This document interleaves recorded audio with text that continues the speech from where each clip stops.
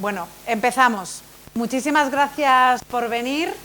Como sabéis, siempre valoro mucho que las personas decidan dedicarme un ratito los viernes por la tarde, y cuando hace tan buen tiempo, pues con más razón, porque dan ganas de estar al aire libre.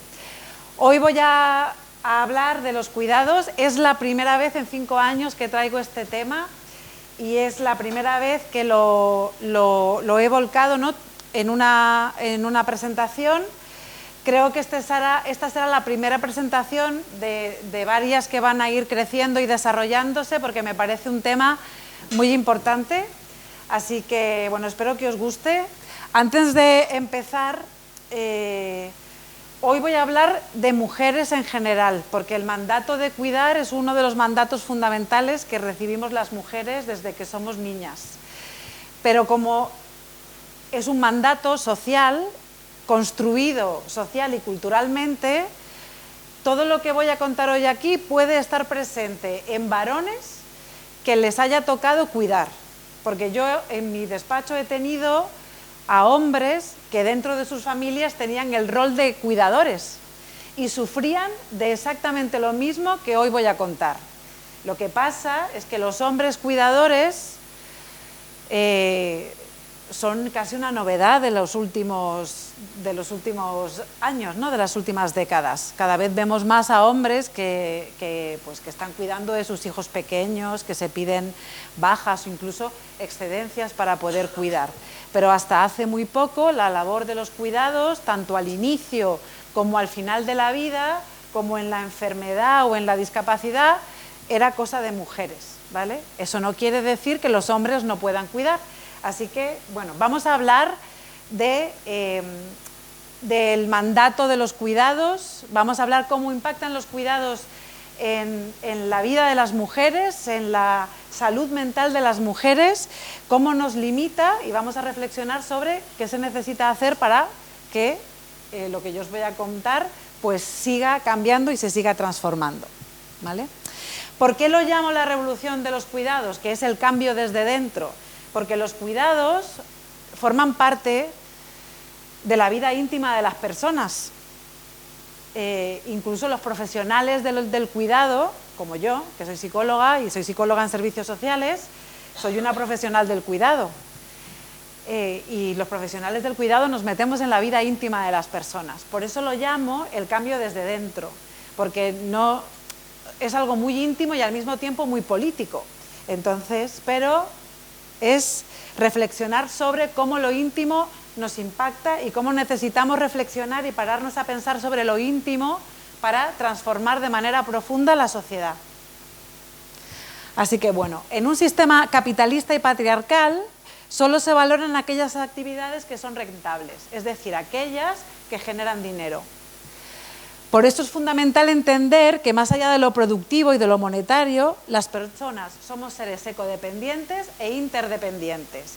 ¿Qué quiere decir que somos ecodependientes? Pues que vivimos en un planeta y que vamos a necesitar cuidarlo si queremos seguir viviendo en él, ¿no? Y somos interdependientes porque nos necesitamos los unos a los otros. Somos una especie social, gregaria, y nuestro mecanismo para sobrevivir es la cooperación. No podemos sobrevivir sin la naturaleza y sin las demás personas. La cooperación, las relaciones sociales y sobre todo los cuidados son imprescindibles para el sostenimiento de la vida. Estos cuidados son desempeñados principal y tradicionalmente por mujeres, que son sistemáticamente invisibilizadas e infravaloradas.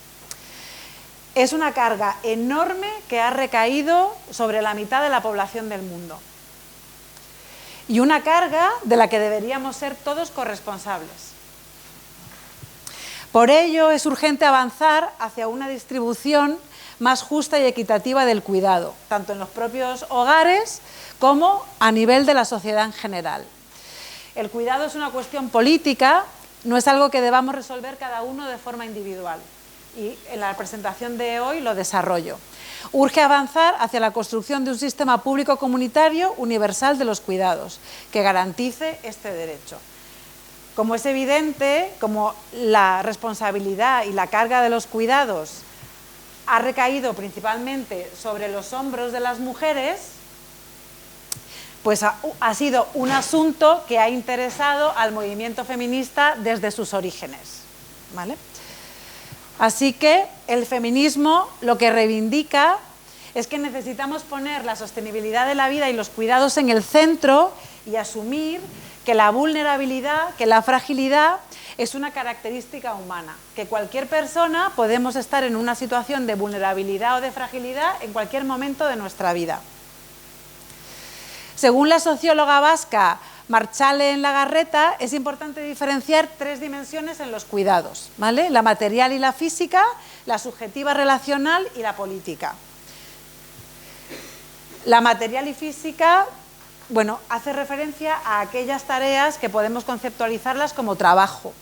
El cuidado es un trabajo que consume tiempo y energía y engloba todas aquellas actividades necesarias para cubrir las necesidades físicas o fisiológicas de las personas, ya sea comer, vestir, asear, pero también conlleva todo aquello que hay que hacer para poder comer, ¿no?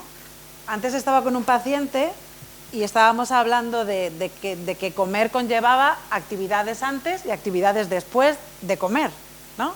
Antes de comer, ¿qué conlleva?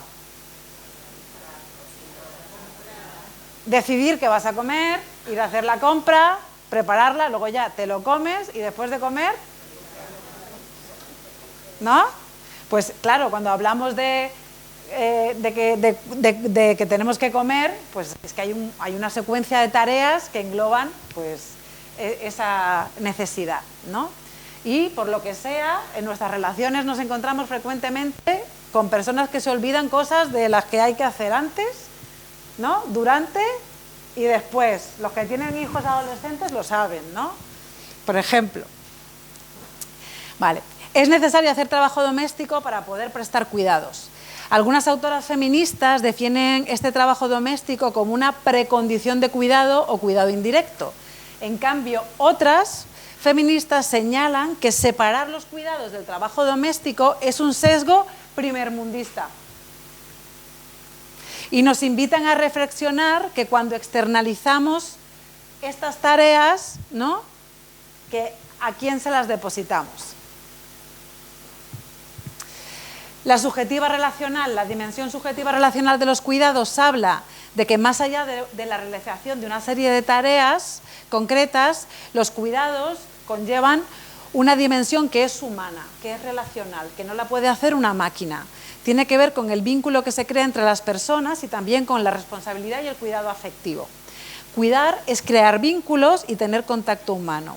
El buen trato es una de las bases de los cuidados. La dimensión política. El cuidado está atravesado por relaciones de poder, incluso dentro de la familia, que eso es algo también que vamos a abordar hoy. No siempre se cuida por amor ni con amor. Muchas veces se hace simplemente por necesidad.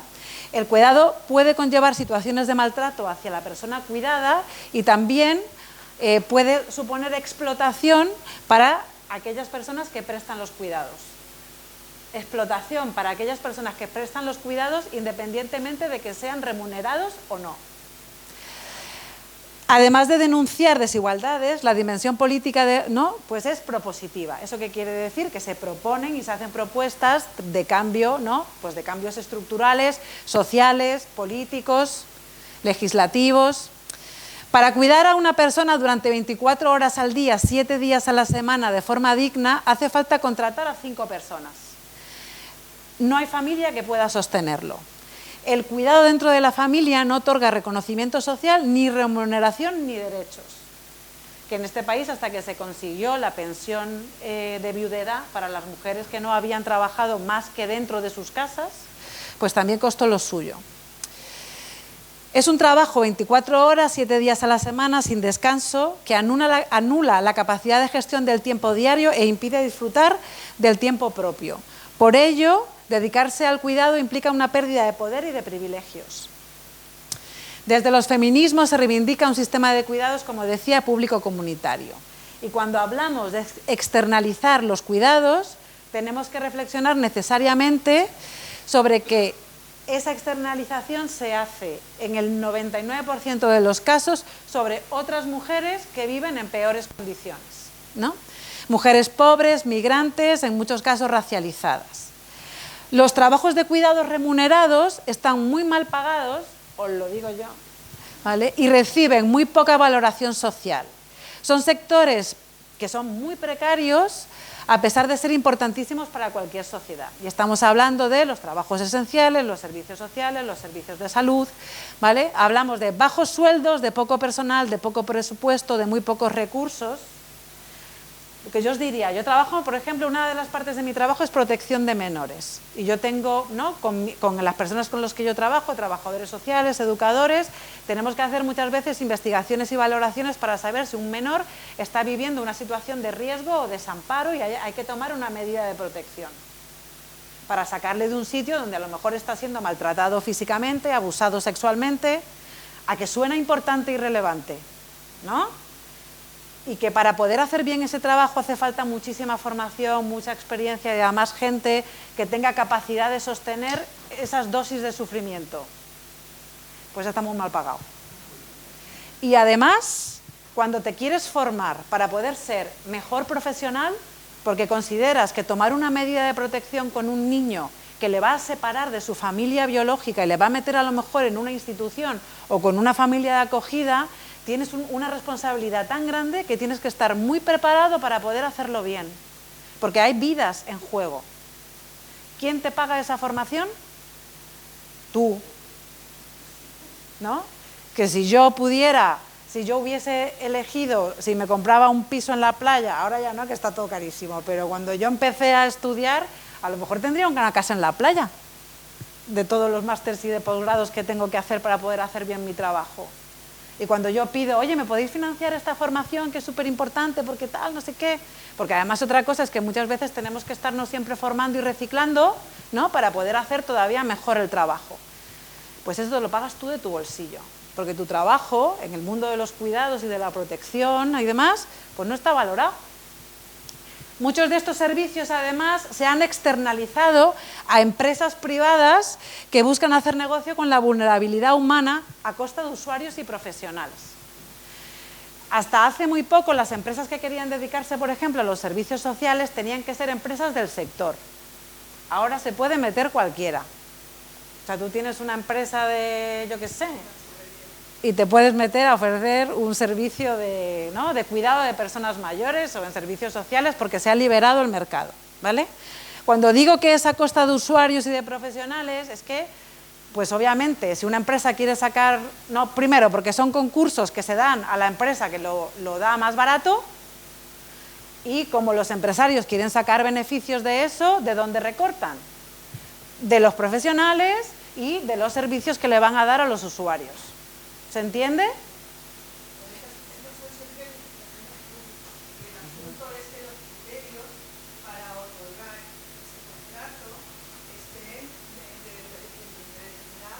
Si el criterio principal es la propuesta más barata, pues claro, te vas a encontrar con que el churrero se ha quedado con... Claro.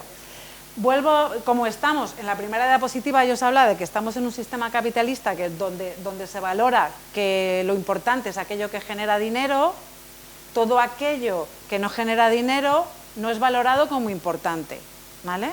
Entonces, pues nos encontramos en estas tesituras. Esto que os he contado es simplemente un ejemplo, ¿vale?, de que este tipo de tareas que son tan importantes no están nada valoradas, ni remuneradas, ni reconocidas, ni cuidadas, ¿no? Yo, por ejemplo, muchas veces pienso que en un trabajo como el nuestro, tendríamos que tener un año para formación y de descanso de intervención cada 5 años de trabajo, porque trabajas con tanto sufrimiento que deberías tener un año para poder recuperarte y formarte mientras tanto para volver a atender a la gente con las pilas cargadas y con herramientas nuevas y demás. Lo que tenemos es un montón de burnout y de bajas. Bueno, la dimensión política de los cuidados también abarca las reflexiones que se hacen sobre los diferentes ejes de desigualdad que se generan en torno a los cuidados, ¿vale? Está el género, y es como os decía, la mayor parte de los cuidados siguen recayendo en las mujeres, remuneradas o no remuneradas. La clase, la mayor parte de las personas que se dedican a los cuidados, ¿vale?, pues son personas pobres.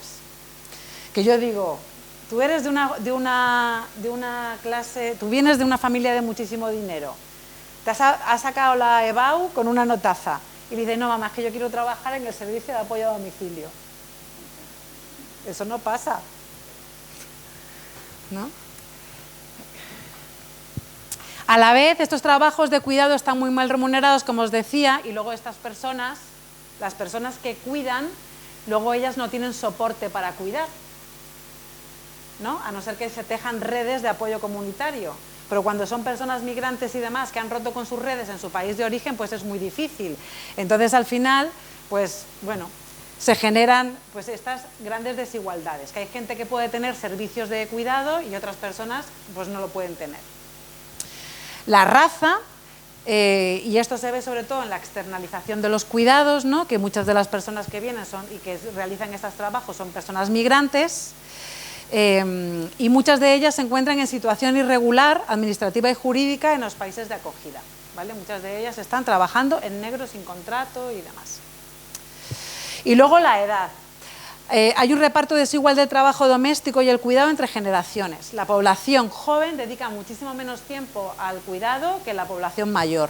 Y nos podemos encontrar muchas veces esta tesitura de, como cada vez tenemos a los hijos más mayores, ¿vale? A veces no has terminado de criar a tus hijos cuando ya estás cuidando de tus padres mayores, ¿no? Entonces como que no paras de cuidar en toda tu vida. Bueno, la precariedad, la vulnerabilidad y la dependencia son características propias de todas las personas. Esto lo dice la filósofa Judith Butler. Los cuidados, en definición, son todas aquellas tareas diarias que necesitamos para sobrevivir y para poder vivir dignamente. Estas necesidades se hacen más evidentes pues, cuando somos bebés, cuando somos niños, cuando somos ancianos, cuando estamos enfermas o cuando sufrimos algún tipo de discapacidad o algún tipo de dependencia. Pero la realidad, que esto es muy evidente, que necesitamos cuidados cuando estamos, ¿no?, en estas situaciones o en estas etapas de la vida, es que todos necesitamos cuidados constantemente. Porque un hogar limpio, una comida caliente o alguien con quien poder hablar cuando has tenido un mal día, también son parte de los cuidados, ¿vale? Los cuidados son un derecho y también un deber, pero no puede ser un deber que solamente interpele a una parte de la población, debería ser un deber que interpele a toda la población. Los cuidados están en la base de todo. Las relaciones personales, porque no podemos decir eso de las profesionales, pero las relaciones personales son sistemas de cuidado. Somos animales gregarios, como os decía, y nos necesitamos los unos a los otros. El apoyo mutuo es la estrategia de supervivencia. Nadie puede salir adelante solo. ¿Y por qué nos toca cuidar? ¿Por qué de repente tenemos un rol de cuidadores en nuestras familias, en nuestras vidas? En general, pues nos toca cuidar por muchas razones. Nos toca por familiar, porque hay un mandato en el que dice que si pasa algo dentro de una familia, los cuidados se tienen que resolver con personas de esa familia, ¿no? Pero no todas. ¿Por qué más puede pasarte? Pues por ser mujer, por ser madre, ¿no? Porque el rol de madre implica el sacrificio amoroso y los cuidados constantes. Por ingresar menos. Si los dos trabajan y hay una persona que ingresa menos, que muchas veces es la mujer, hay muchas mujeres que compensan haciendo más cosas de casa, ¿no? Pues si hay una época en la que dices, venga, pues yo me pido la reducción de jornada y demás, y como pues tú trabajas más, y entonces pues yo como para compensar que ingreso menos económicamente voy a hacerme más cargo de cosas de casa. Por ser soltera y soltero, que a veces también te toca, ¿no? Si no tienes pareja, pues parece que no tienes cosas importantes que hacer en tu vida, si no tienes pareja y no tienes hijos. Entonces no tienes cosas importantes que hacer en tu vida, entonces te toca los cuidados principales a lo mejor de tus padres, ¿no? Por ser homosexual muchas veces también, no sé por qué, te toca, ¿no? Supongo porque verán que tienen desarrollado más el lado femenino, que no tienen tantos conflictos con él, pero también te puede tocar. Por ser la hija mayor o la hija pequeña, eso depende muchas veces. Históricamente era la hija mayor, en otros casos era la pequeña la que estaba ahí para cuidar a los padres y no se podía casar. En la casa de Bernalda Alba, ¿era la mayor o la pequeña? Y por haber sido concebido para eso. ¿Esto lo entendéis? Hace poco una paciente muy inteligente que tengo me decía que esto se veía muy bien en las familias con discapacidad. Que tú tenías un hijo con discapacidad y luego tenías un segundo hijo, ¿para qué? También se ve en las zonas rurales, había antaño la cosa de si no tenías hijos adoptadas, para que cuando fueras mayor no solo heredaran, sino que te cuidaran, exacto. También puedes tener hijos, además una de las amenazas que nos dicen a las mujeres con lo de los hijos es quién te va a cuidar o quién te va a visitar en la residencia, ¿no? Y demás, que como que dices, bueno, pues si uno tiene hijos para eso, los está teniendo para algo, ¿no? Están concebidos para eso. También a veces pasa que antiguamente, yo creo que ahora se ve menos, pero antiguamente se tenían muchísimos hijos y cuando las mujeres estaban desbordadas, deseaban tener a lo mejor, pues imagínate, llevas 4 hijos varones y te quedas embarazada del 5º. Y tú todavía, porque antes no se sabía si iba a ser niño o niña, ¿no? Y entonces, pues tú podías desear con todas tus fuerzas que ese hijo fuera, ¿para qué? Para que te ayudara, ¿no? Con las cosas de casa. Entonces, bueno, puede que haya sido concebido para eso, ¿no? En algunos casos, a veces, por ejemplo, se tiene un hijo después de que ha fallecido otro, ¿no? Y entonces, antiguamente incluso se ponía el nombre del hijo fallecido al que venía a continuación. Y ese hijo ya viene con una carga de cuidados para ocupar bueno, llenar un vacío, calmar un dolor. Eso es una dimensión del cuidado. ¿Se entiende? Pues porque muchas veces en la terapia la gente a mí me pregunta que por qué he acabado aquí, ¿no? Y empezamos a rastrear y muchas veces es porque pasan cosas de estas. ¿Por qué me ha tocado a mí? Pues a lo mejor... Bueno, yo cuando estaba preparando esta charla estaba pensando, madre mía, es que estoy invitando a las personas que venís a escucharla a un viaje por el mundo interno de las mujeres, o al menos de un importante número de mujeres, de un porcentaje elevadísimo. Porque ahora, esta parte de la presentación, os voy a hablar de por qué las mujeres nos quedamos atrapadas muchas veces en el cuidado. Y eso tiene que ver porque ya nadie nos pone una pistola en la cabeza, ni tenemos un mandato explícito político, gubernamental, ¿no? Como hemos visto en el seminario de historia del feminismo, como ha habido a lo largo de la historia muchas veces que se ha dicho que el lugar de las mujeres era el de estar en casa, cuidar al marido, criar a los hijos y que ese era su lugar, ¿no? Y ahora pues las mujeres podemos elegir con libertad, somos profesionales, vivimos, viajamos, trabajamos, somos independientes económicamente, nadie nos obliga a cuidar y seguimos muchas veces atrapadas en los cuidados.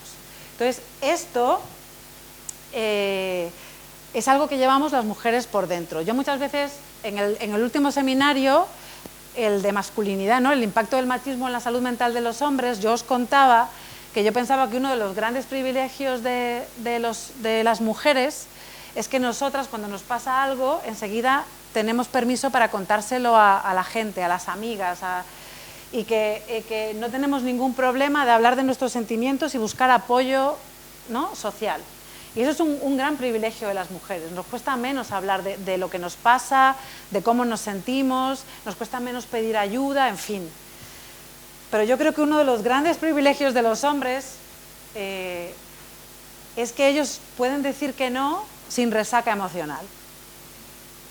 Pueden decir que no sin sentirse culpables, malas personas, abandonadores, egoístas, mala hija, mala madre, mala pareja, mala madrastra, ¿no? Es como... Entonces, esto es una de las cargas más grandes que me encuentro yo en la consulta y cuando hablo con mis amigas, con mis compañeras de trabajo y demás. Es decir, ostras, qué difícil, estamos siempre batallando internamente con esto del cuidado, hasta dónde cuidamos, poner límites, nos descuidamos, en fin. Bueno, nos vamos a adentrar en los sentimientos y los pensamientos que dominan el diálogo interno de muchísimas mujeres.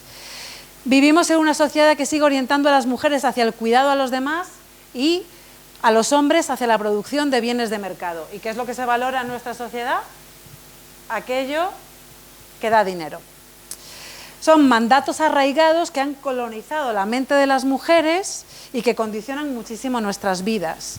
Las mujeres somos consideradas, en mayor medida que los hombres, seres emocionales y, en consecuencia, más capaces de cuidar, ¿no? Y entonces, como nos educan casi en la evidencia, por todos lados, en nuestras casas, en las series, en las películas y demás, en esta idea de que los hombres cuidan peor, ¿no?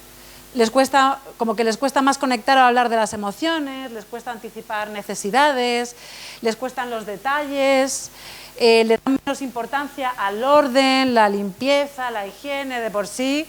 En algún momento de nuestras vidas, todas las mujeres somos histéricas de la limpieza y el orden, ¿no? Si no te lo dicen tus hijos, te lo dice tu pareja, es decir, que no, porque parece que tienes ahí algo con el orden, la limpieza y demás.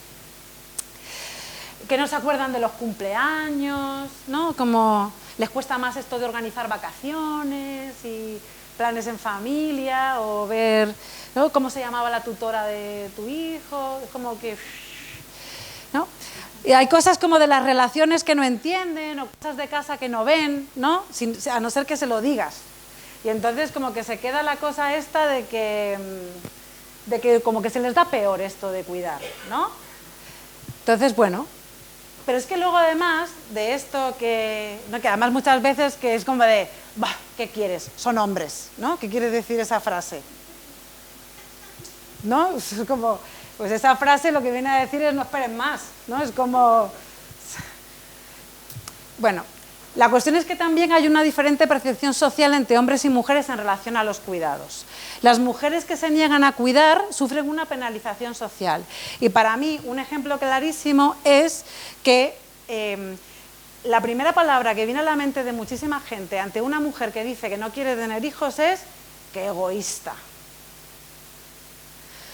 ¿Y por qué? ¿Por qué se percibe como que una mujer que no quiere tener hijos es egoísta?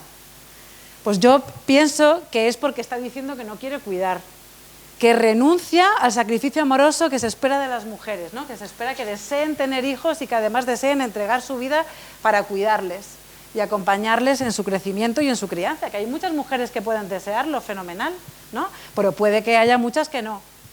Pero la cuestión es que se piensa que la mujer que te dice, no, yo paso de tener hijos, que es egoísta, que pasa, que todo el tiempo para ti, todo el dinero para ti, ¿no? Todo para ti, ¿no? Como... Pero en cambio, que se piensa lo mismo de los hombres que dicen, no, yo no quiero tener hijos. Y te lo imaginas ahí como un aventurero surcando los mares del sur, ¿no? Vestido de coronel Tapioca ahí como, ¿no?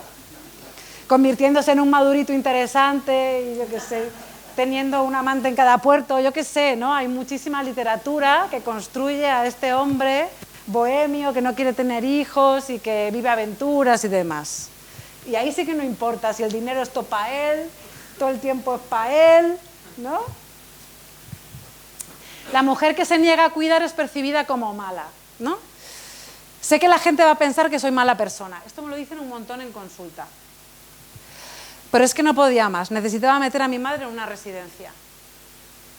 Y ella sabe que va a haber un montón de gente que va a decir, hay que ver, si los hijos ya están mayores, ¿no? Así que desde la infancia la identidad de las mujeres está construida sobre el reconocimiento que los demás hacen de nosotros como cuidadores. Y esto es brutal, porque nuestra identidad y nuestro sentido de valía, nuestro lugar en el mundo va a depender muchísimo de lo que damos a los demás. Y esto a los chicos no les pasa, o no les pasa con tanta frecuencia. A ellos se les valora y se les da un lugar en el mundo en función de otras cosas. Y muchas veces son sus propios logros personales, intelectuales, que sean audaces, intrépidos, que sean, esta palabra que está tan de moda ahora, emprendedores, muy bien, eso es, ¿no? Entonces, nos construimos, sentimos que nos van a querer, que nos valoran, que tenemos un lugar en la vida de los demás en función de lo que damos en esas relaciones. Y entonces yo pienso, ¿no? Y recuerdo mi infancia y recuerdo ser muy reforzada por ayudar a mi madre a hacerle el avioncito a mi hermano que comía fatal, o de despertarme por las noches y ponerme de madrugada a cantar a mi hermano canciones para que se durmiera y sentir que yo ayudaba a mi familia con eso, ¿no? O cuando se ponía malito y yo tenía que identificar si se asfixiaba durmiendo y avisar a mis padres, y enseguida me decían, qué bien, qué importante lo que has hecho, le has salvado la vida a tu hermano, ¿no? Y yo, ¿no? Y estaba súper contenta, y soy psicóloga en servicios sociales. Es decir, para que digan que las experiencias tempranas no determinan el destino de la gente. La realidad es que muchísimas de las profesionales del mundo de los cuidados tienen roles de cuidadoras en sus familias. Somos y valemos en función de lo que damos a los demás. Y esto es fundamental, porque cuando decimos que no queremos cuidar, lo que sentimos que perdemos es esto. Sentimos que perdemos identidad, que perdemos valor y sentimos miedo a quedarnos solas. Porque es el lugar que tenemos en la vida de los demás. Hemos sido educadas para ser buenas y serviles. Se espera que practiquemos el sacrificio amoroso constantemente. Sentimos muchas veces que tenemos el deber de cuidar. Es mi deber de hija, es mi deber de madre. Se espera que renunciemos a nosotras mismas por priorizar las necesidades de los demás. Y crecemos con una confusión enorme entre amar, cuidar y servir. Porque yo diría, cuidamos de una persona que lo necesita cuando está en una situación de vulnerabilidad. Cuando está enferma, cuando es pequeña, cuando es dependiente, cuando tiene una discapacidad, cuando está mal emocionalmente. Pero hay muchas cosas que entendemos como cuidar y amar que son servir, porque hacemos cosas que pueden hacer esas personas por sí mismas. Y pensamos que es amor. Yo cuando mis hijos me dicen, no, me voy en vacaciones a casa de mis padres para que me cuiden un poquito. ¿Qué me está diciendo con esa frase? No, voy a ver a mi madre para que me cuide un poquito. A que me mimen un poquito. ¿Y eso qué significa? ¿Cómo te imaginas a ese chico en casa de su madre? A mesa puesta. ¿No? No te levantes, hijo, que ya te lo pongo yo. No, es como, jolín.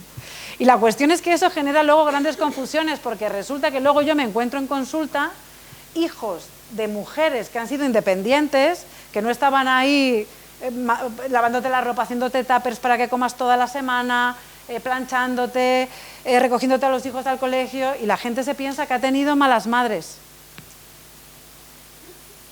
Se puede llegar a pensar que uno tiene mala madre porque ha tenido una madre que no practica el sacrificio amoroso de una manera tan intensa. Jo, tú sí que tienes buena madre, mira, te hace tuppers para toda la semana. Yo me tengo que cocinar. ¿No? Y entonces piensas que eres un desgraciado porque tienes una mala madre, porque no te está haciendo cosas que puedes hacer, porque no te está sirviendo. ¿Se entiende? ¿Sí? Vale, pues para mí esta confusión es muy evidente, ¿vale? Cuando una persona, es decir, nosotros hacemos favores y ayudamos cuando alguien lo necesita, pero si esa persona puede hacerlo por sí misma, y hay muchas cosas que podemos hacer por nosotros mismos desde que tenemos 5 años. Y si lo estamos haciendo por esas personas, nos vamos colocando cada vez más en esta confusión que hay entre amar, cuidar y servir. Y esto genera mucho malestar, porque cuando ya el de 5 años tiene 17 y no hace ni el huevo, ya no te hace tanta gracia. Y hay muchísimas de las conflictivas que hay dentro de las casas que tienen que ver con que no hacen nadie nada en casa, ¿no? Yo tenía una paciente hace años que ella estaba cansadísima ya con los 3 hijos súper mayores, el marido en casa y demás, que ella seguía haciendo muchísimas cosas en casa, más de la cuenta. Entonces, es verdad que hay etapas de la vida en las que uno dice, mira, es que esto ya es abusivo. Y entonces hay momentos en los que las mujeres dicen, es que esto ya no es ni amor ni cuidar, aquí es que estoy de chacha, y te lo dicen así. Entonces, ella hizo una prueba increíble, que fue al Carrefour, hizo una compra y llegó a la cocina y puso las bolsas de la compra en el suelo de la cocina. y las dejó ahí. Y ahí siguen a día de hoy. Y ahí siguen a día de hoy. La cuestión es que estuvieron como 4 o 5 días y decía que sus hijos, 2 varones y una mujer y su marido, pasaban por la cocina y miraban las bolsas como extrañados y alguna vez decían, ¿y estas bolsas no? ¿Alguien lo va a recoger? ¿No? Pero nadie lo hacía. Había gente que decía, hay que recoger estas bolsas. ¿El hay que? El hay que es estupendo, ¿no? Y ella decía, pues yo no lo voy a recoger. Y entonces al final pudo generar una conversación con su familia porque nadie se responsabilizaba de eso. Eso es un fenómeno en psicología que se conoce como difusión de la responsabilidad. Hay un caso clásico de la psicología social, que es el de Kitty Genovese, que es una mujer a la que apuñalan en un aparcamiento o algo así en Estados Unidos. Esto lo estudié en primero de carrera hace más de 20 años, entonces si hay algo que no es correcto, disculpadme, pero se me quedó grabado en la cabeza. Y es que a esta mujer la estaban apuñalando y era algo así como que había llamado a los servicios de emergencia porque un hombre la seguía, había gritado, era verano, las casas estaban con las ventanas abiertas y nadie salió a socorrerla y al final la asesinaron, ¿no? Y es lo mismo que hay muchos experimentos que dicen que es mucho más probable que alguien te recoja si te caes en un pueblo perdido en el que viven 50 personas, que si te caes en la calle es mucho más probable que alguien se acerque a ti a preguntarte qué te pasa y te ayude a levantarte que si te caes en Gran Vía en Navidad. Porque se produce el fenómeno este de la difusión de la responsabilidad. O sea, pensamos que ya habrá otro que lo hace, ¿no? Y esto en las casas pasa mucho. Ya habrá otro que lo haga, ya habrá otro que recogerá las bolsas del Carrefour, pero por norma general ese otro, ¿quién es? Vale. Bueno, esto de poder visibilizar el trabajo, ¿no?, de los cuidados y el trabajo doméstico lo ha trabajado mucho la feminista italiana Silvia Federici, y ella fue una de las que movió esta campaña que estuvo... yo creo que hace como unos 15 años, que era lo de eso no es amor, es trabajo no pagado o trabajo no pago. No sé si algunos que ya tenemos una edad os suena, que era como el Me Too o el Se acabó, ¿no?, o el Cuéntalo, pero de hace como unos 15, 20 años, ¿vale? Que era la parte esta de visibilizar que el trabajo que se hacía en los cuidados y en casa era trabajo, ¿no? Incluso se hicieron como cálculos para ver cuántas horas se dedicaban, cuánto debería ser el sueldo de las personas. ¿Esto nos suena? Que se hacían estimaciones de cuál debería ser el sueldo que tenían las mujeres que trabajaban en sus casas haciendo labores domésticas y de cuidado. Y entonces, bueno, esta frase que me gusta un montón, que amar también es no hacer por otros lo que deben hacer por sí mismos. Vale. Bueno, esto es un testimonio también de otra persona que llegó a mí y me dice, mi madre llevaba ingresada en la UCI varios meses. Yo iba todas las tardes a verla, todas menos una, que me iba al gimnasio a una clase que me gustaba mucho y que me ayuda a descargar tensión. Recuerdo que el resto de mi familia se indignaba porque iba al gimnasio esa tarde. Para ellos yo tenía que ir todos los días al hospital. Mi madre tenía que ser mi única y absoluta prioridad, pero mi madre también era familia suya. En esos meses mi hermano vino a verla 4 o 5 veces. Si yo me quejaba, me decían cosas como, ya sabes cómo es tu hermano, no lleva bien esta situación, o no está pasando, o está pasando por un mal momento.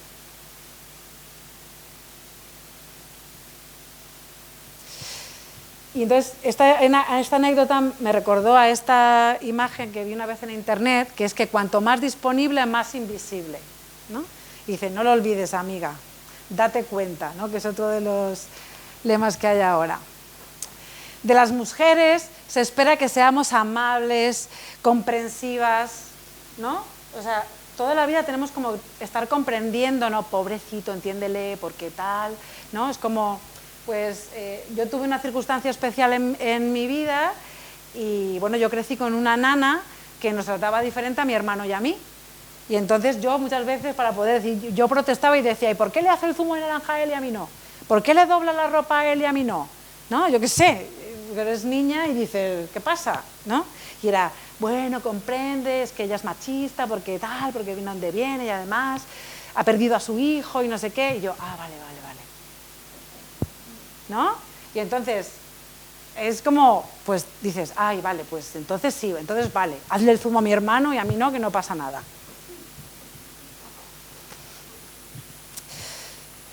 Entonces muchas veces nos cuentan esas cosas y entonces es como que, como tenemos que ser comprensivas, compasivas, asertivas, agradables, delicadas, pacientes, todo el tiempo y ante cualquier circunstancia, ¿no? Pues al final pues te comes un montón de cosas. Yo tengo una compañera que dice, es que estoy cansada de ser amable todo el tiempo.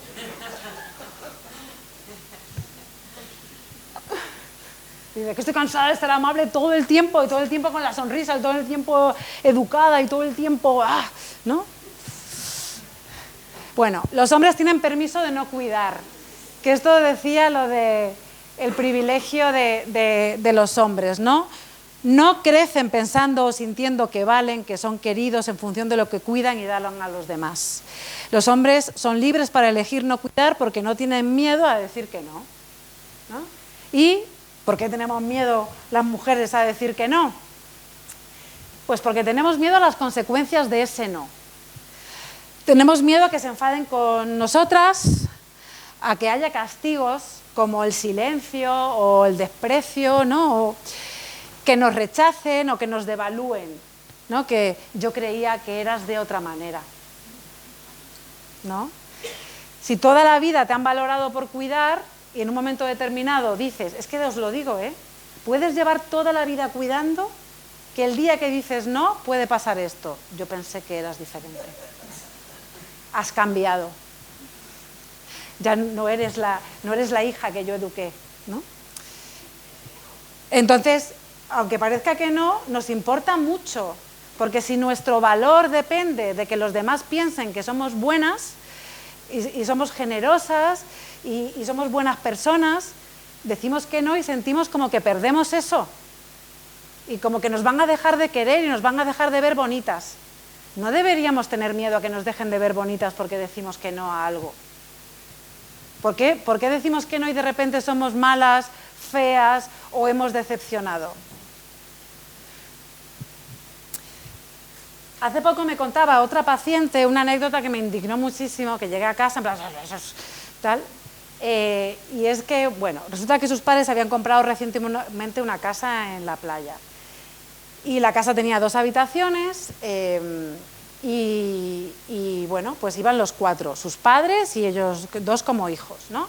Y entonces pues había 4 camas y fueron todos juntos a comprar almohadas. Y entonces pues solo se vinieron con 3 almohadas porque la madre estaba buscando un tipo de almohada específico porque ella como que sufría de la espalda y en esa tienda no lo había. La cuestión es que el resto de la familia pues se compró una almohada así como más barata y la madre pues dijo, bueno, pues yo no, ya me compraré almohada, no pasa nada. Y entonces llegó la noche y la hora de dormir.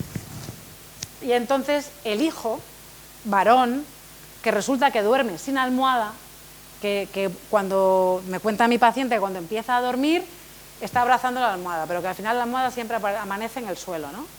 Entonces el hijo mayor le dice a la madre, le dice, toma mamá la almohada, porque es que yo duermo sin almohada. Entonces le dice, no hijo, no te preocupes, ya cojo yo un cojín de los del sofá, ¿vale? Dice, de verdad mamá que yo no duermo, que no te preocupes, que no pasa nada, a ver si mañana encuentro la almohada. Vale, total. Que los 2 jóvenes, los 2 hijos, se quedan, los padres se van a dormir y los 2 hijos se quedan como viendo una peli o algo y me cuenta mi paciente, que es la chica, que cuando ella se va a dormir, va a su cama y ¿qué se encuentra en su cama? Un cojín del sofá. Un cojín del sofá. Y que en ese momento, que ella está en el psicólogo porque está pasando un mal momento, le entró una llorera que no veas. Porque ¿cómo se sintió? ¿Qué sintió esa persona en ese momento? Poco querida, infravalorada, es bastante posible que se sienta como una mierda, ¿no? Y entonces, cuando se le pasa pues la congoja, ¿no? Y fruto del trabajo de la terapia, se levanta y va a su madre y le dice: mamá, no puedo dormir con el cojín, ¿me das la almohada? Y la almohada, la madre, sí, hija, toma, tal, total, que ella se va con la almohada y demás, con la cosa esta que os decía, vale, vamos, ponemos límite, pero hay una cosa que te queda ahí como diciendo, ay, no sé si he hecho bien, ¿no? Que eso es lo que yo llamo la resaca emocional que tenemos las mujeres, que muchos hombres no tienen, y eso es un privilegio gordísimo, pero gordísimo. Total, que ella, como me hace caso, porque para eso se está gastando, que cuesta un pastón la psicoterapia, entonces va con su almohada tal. ¿Qué pasa? Que a la mañana siguiente la madre no la habla, todo el día y no la habla, y llega el padre y le dice: ¿de verdad? ¿Que qué te costaba dejarle a tu madre la almohada? Si sabes que sufre de la espalda.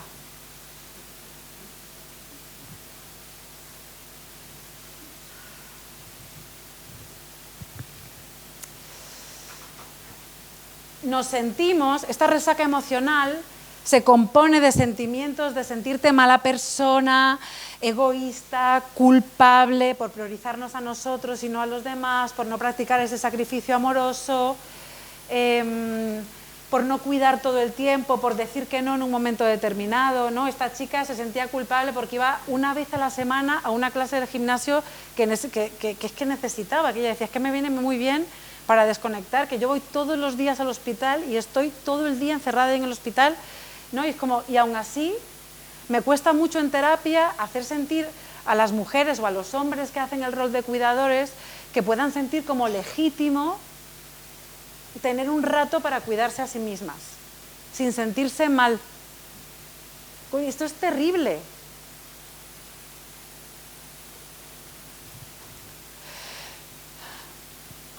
Los hombres no tienen tanto miedo de decir que no, básicamente porque ellos no temen estas consecuencias. Ellos no son queridos ni valorados en función de lo que dan a los demás. Y muchas veces no se sienten interpelados ni como padres, ni como parejas, ni como hijos, ni como hermanos, muchas veces a este nivel de cuidado y de compromiso, ¿no? Pues tienes a tu padre o a tu madre ingresado en el hospital, ¿no? Y bueno, pues tú sabes que tienes que ir a verle. Pero hay algunos de los hijos, en algunos casos solamente uno, que puede ser una, que se siente interpelada para estar en el hospital todos los días y a todas horas y demás. En cambio hay otros hijos que con hacer la visita, pues ya están contentos, ¿no? Que hay una diferencia de la vivencia en cuanto a la responsabilidad enorme, y que lo que sienten las personas que tienen este rol de cuidador asignado, y las mujeres de manera bastante general, es una hiperresponsabilización. Y vivir con esa hiperresponsabilización es terrible, porque muchas veces renuncias a tu propia vida para poder estar, ¿no? Para poder librarte de esta resaca emocional. Y muchas veces las conversaciones que tenemos o con tu psicóloga o con las amigas es para que te confirmen constantemente, porque necesitamos que nos reafirmen en él: lo estoy haciendo bien, ¿verdad? No estoy haciendo nada malo por decir que no voy a ir todos los fines de semana a pasarme el fin de semana con mi madre, y le he dicho a mis hermanos que también vayan a estar con ella, ¿no? Es decir, y buscas en tus relaciones que te reafirmen y te mega reafirmen para poder disminuir un poquito la carga de malestar que sientes por no estar, ¿no?, en ese lugar de cuidado constantemente. Y muchas veces nos encontramos atrapadas en esta culpa, pena, ¿no? Porque muchas veces la pena, lo que yo os contaba, ¿no?, con mi nana, que yo tenía que comprender que a mí me hicieran menos cosas que a mi hermano, porque al final a mí se me apeló a la pena, como ahí, qué penica, ¿no? Y muchas veces tenemos la cosa entre que te sientes culpable, que te quieren conmover. Os decía, a las mujeres se nos exige que seamos compasivas, comprensivas, que no sé, pues que lo entendamos, ¿no? Y muchas veces se apela a la pena. La culpa y la pena son maneras de ejercer el poder desde abajo. Si yo te hago sentir culpable o te doy muchísima pena, te conmuevo demasiado, voy a conseguir que tú hagas lo que yo quiero hacer desde esos sentimientos. Y nos encontramos muchas veces cuando nos sentimos que no podemos más y que necesitamos un cambio, poner límites, pedir ayuda o lo que sea, nos encontramos en un callejón sin salida, porque todas las opciones que tenemos nos hacen sentir mal. Si no cuido, me siento mal. Y si cuido, me siento mal también, porque ¿qué pasa? Que muchas veces nos sentimos gilipollas, ¿no? Te dices, hace un par de veranos, por ejemplo, dio la casualidad de que mi madre tuvo un accidente de tráfico gravísimo y al poco tiempo operaban a mi padre que le ponían una prótesis de cadera. O sea, entre una reconstrucción de pierna y una prótesis de cadera no había ni 5 días, ¿no? Y entonces pilló en verano y hubo que hacer modificaciones de vacaciones, de tal, no sé qué. Pues ese verano mi hermano tenía un viaje y en ningún momento se planteó que tenía que hacer modificaciones en ese viaje. Y la que estuvo de un hospital a otro y haciéndose cargo de muchísimas más cosas, menos mal que llegó a mi vida una mujer maravillosa que me ayuda y me sigue ayudando muchísimo, que está aquí, Janet, pero, ¿no? Y dices... Y yo en esos momentos me sentía desbordada, me sentía enfadada, sentía enfado hacia mi hermano, porque yo decía, jolín, me ha dejado sola con esto, ¿no? Que yo puedo entender que él también está cansado, pero es que yo también.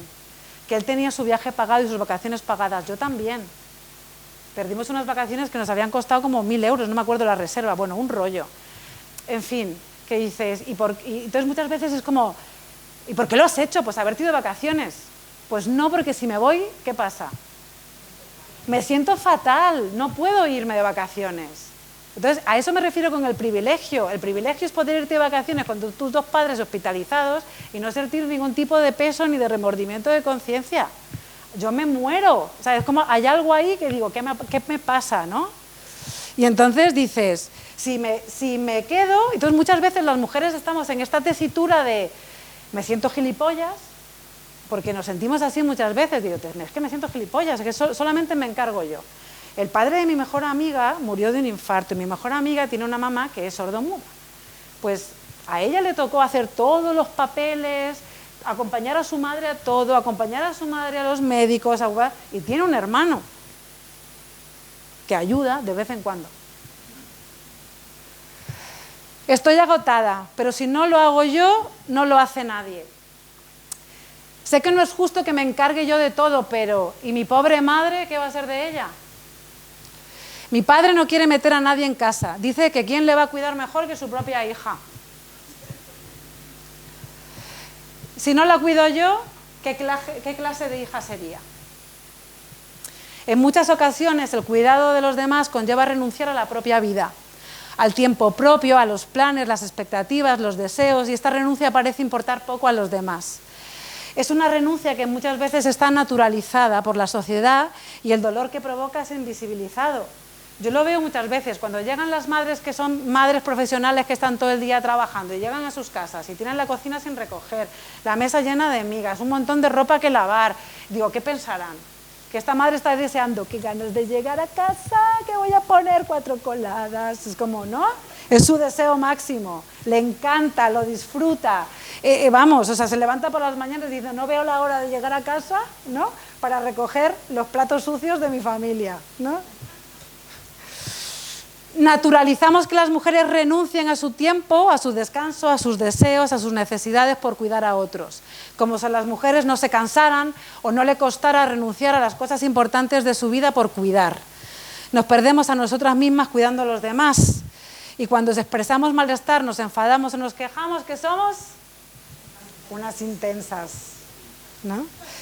Y una de las cosas que pasa mucho también con el tema de los cuidados de las personas mayores, que es una cosa que también me indignaba un montón, que yo creo que tendría que haber una cláusula en las herencias que se diga, el porcentaje más gordo se lo lleva el que se haya comido el cuidado de este señor al final de su vida, ¿no?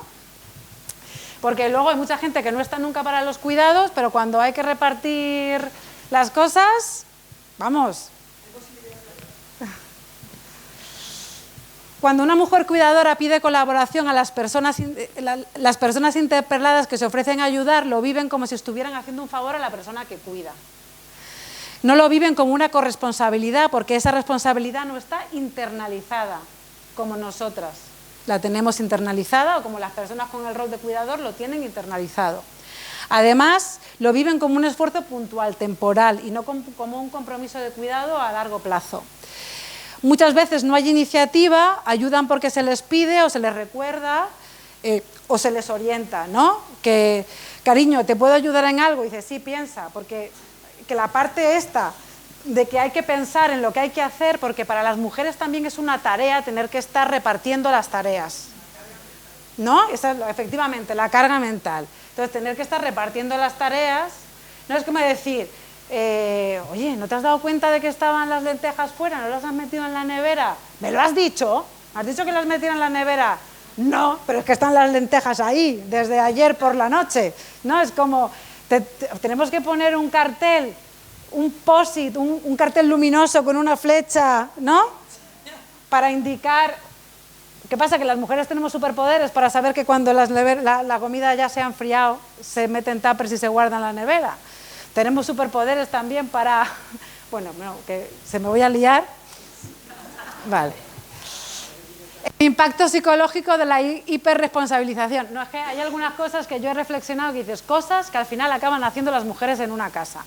Pues, por ejemplo, y esto está corroborado porque lo hablo con un club de expertas que son mis compañeras del trabajo que nos reunimos a la hora de comer, ¿vale?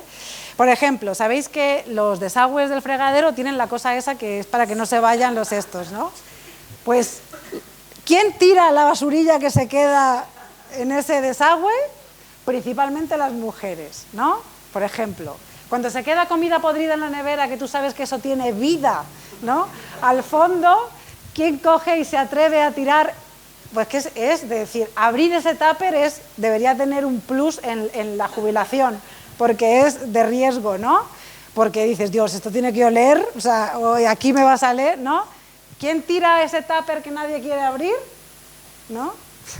¿Quién, o por ejemplo, quién huele ese yogur que lleva 2 semanas caducado y no sabe si se puede comer o no? Bueno, esto cada vez está más compartido, lo del yogur. Bueno. Impacto psicológico de la hiperresponsabilización de los cuidados.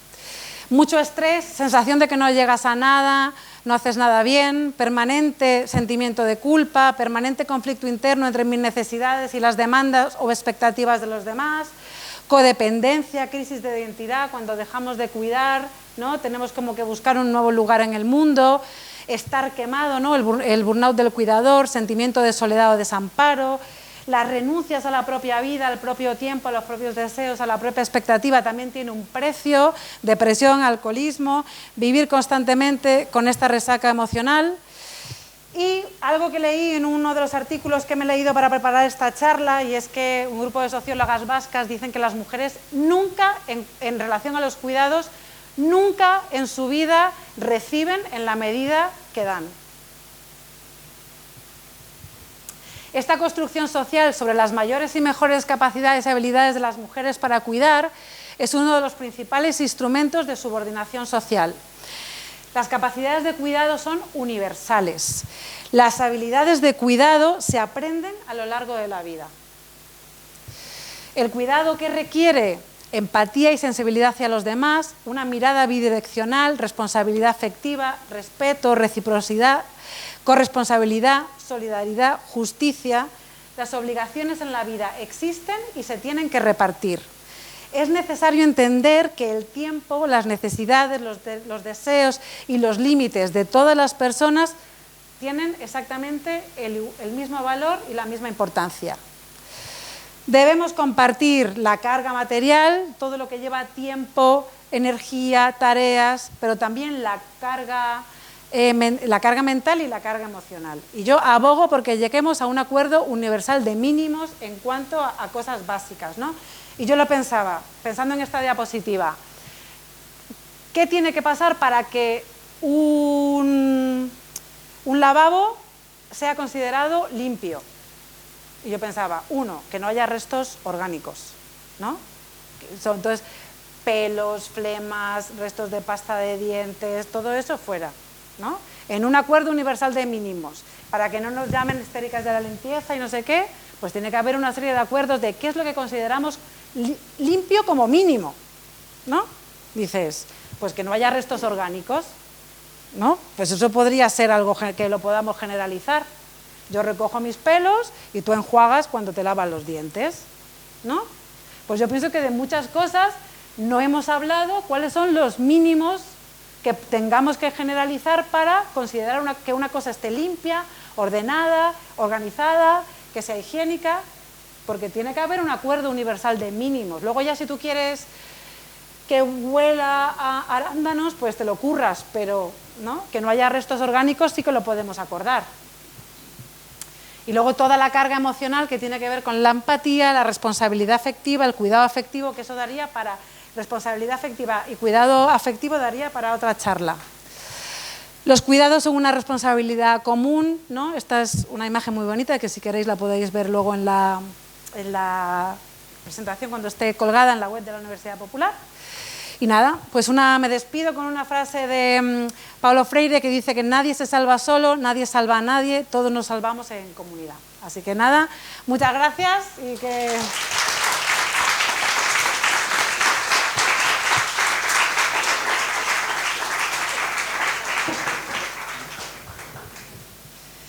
Y tenemos unos minutillos para hacer algún comentario, alguna pregunta o alguna cosa que me deis. Se ha pedido en la Unión Europea es que se le ponga número a lo que es el trabajo de las mujeres, el trabajo doméstico, el trabajo de las mujeres dentro de su casa, porque efectivamente se invisibiliza. Y además que estos números formen parte del PIB de cada uno de los estados. Claro, es muy chocante que haya una mujer que esté en su casa y tenga su responsabilidad de su casa, de las necesidades de marido y de hijos, y que luego que te digan, no, el que trabaja es él que trabaja en no sé dónde, pero ella no trabaja. Y entonces, claro, cuando tú contestas, entonces, ¿qué pasa todo el día mano sobre mano? Dice, no, mujer, hácelo de su casa. Pues yo creo que eso es un trabajo, ¿no? Claro. ¿No? Sí, esa expresión se sigue utilizando, la de no trabaja. Claro, la cuestión, muchos pensamos que la cuestión es que efectivamente pues tenga una valoración económica, ya que aquí todo se valora económicamente, que tenga un porcentaje del PIB. Oye, lo tienen los puticlubs, no sé si lo sabéis. O sea, yo creo que mejor sitio que la prostitución debe tener el trabajo doméstico. Entonces, que tenga sus números en el PIB y que genere pensiones en todas las personas que hacen ese trabajo, porque ese trabajo es el sustento y la plataforma desde donde trabajan los demás, que construyen el resto del PIB de ese país. Sí. Sí. Y a pesar de que fue un logro conseguir la pensión de viudedad, en el fondo era como una pensión que se daba porque él había trabajado, no era porque ella mereciera una pensión por el trabajo que ella llevaba haciendo toda su vida, ¿no? En esa casa y con los hijos. Entonces, es por lo que cotiza el marido. Exacto. Entonces, era un derecho que había que lograr, pero es que a nivel simbólico es muy potente. Se seguía sin reconocer el valor del trabajo de esa mujer dentro del hogar y dentro de la familia. Es que al capitalismo nunca le va a interesar que se visibilice eso, porque se desmonta todo el sistema. No hay sistema que pueda pagar eso. Si hay alguien que lo hace gratis, nunca va a ser interesante que eso salga a la luz, porque claro, es que lo peor que, como decía un amigo mío, dice que lo peor que le ha podido pasar al sistema es que las mujeres trabajen. Lo dice en plan irónico, sí, lógicamente. Porque si no, ya no sería tu amigo. Claro, exactamente. Porque a partir de ahí se ha desmontado todo. En cuanto no hay una persona en casa que se encargue de todo, ya no se puede sostener el sistema. Entonces, eso que ha comentado la compañera nunca va a interesar que se haga, porque no se va a poder mantener. No quieren pagarlo. No quieren pagarlo. No quieren pagarlo. Eso es. Sí. Yo creo que se da por hecho que hay todavía una ingente masa de mujeres que va a estar dispuesta a hacerlo por evitar la resaca emocional. Totalmente. Por ahí han pedido, lo digo porque no la estáis viendo, para que sepáis que... ¿Vale? Yo creo que también hay que ceder responsabilidades. Y es muy difícil, en todos los trabajos ocurre, que cuando tú estás acostumbrado a hacer un trabajo y lo quieres separar o partir, decir, esta parte la haces tú, y te responsabilizas de esta parte. Y a la mujer nos pasa eso. Cuando estamos en una situación familiar o intimista e intentamos hacer las cosas como nos gusta.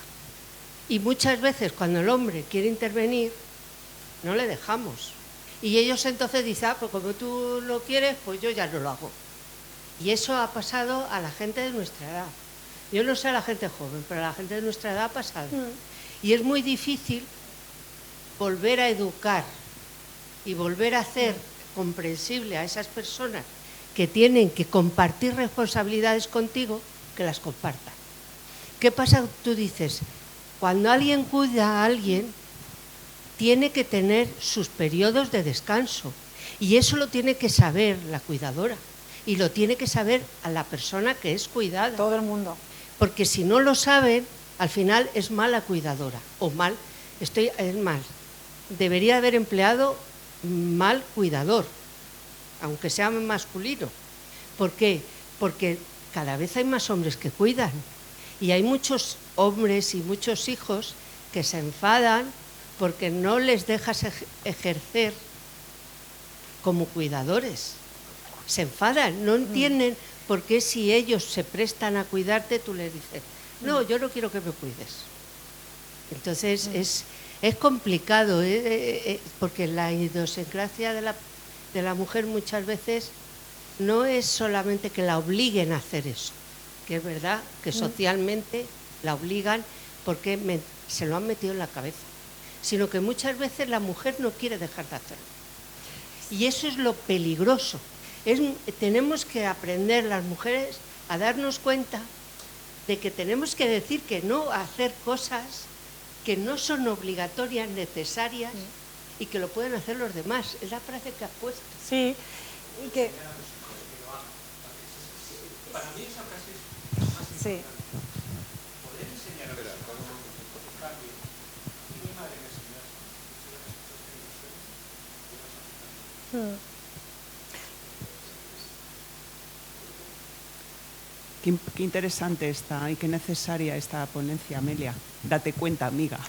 Date cuenta. Sí. Es que ese date cuenta, amiga, es muy importante porque generacionalmente creo que ha calado y tenemos un enorme problema, y es que no hay niños en este país, 1,2. Entonces, esto, como es algo acuciante, creo que ya las políticas públicas van en ese sentido, porque si no hay niños no hay futuro. Porque ahora mismo las mujeres jóvenes no se atreven a tener hijos porque saben que en el orden patriarcal que tenemos en los países latinos, lo que nos espera, porque no parece que haya una evolución. Entonces la respuesta femenina ha sido, no tengo hijos, o tengo uno o uno y medio. Entonces, claro, esto involucra a toda la sociedad. En generaciones mayores, pues lo que tenemos que hacer es paliar, porque ya no se puede hacer otra cosa, hay que ser realistas. Pero las generaciones más jóvenes, las que nos tienen que proveer el relevo generacional, pues posiblemente sea la administración la que tiene que educar o sensibilizar. Date cuenta, amigo. Se me ha olvidado dar un dato que me parece muy importante en relación a lo que comentabais, que hay estudios, como ahora ya se pueden hacer estudios comparando las dinámicas que hay en familias intactas, es decir, que no se han separado o divorciado de familias que sí que ha habido divorcio y separación.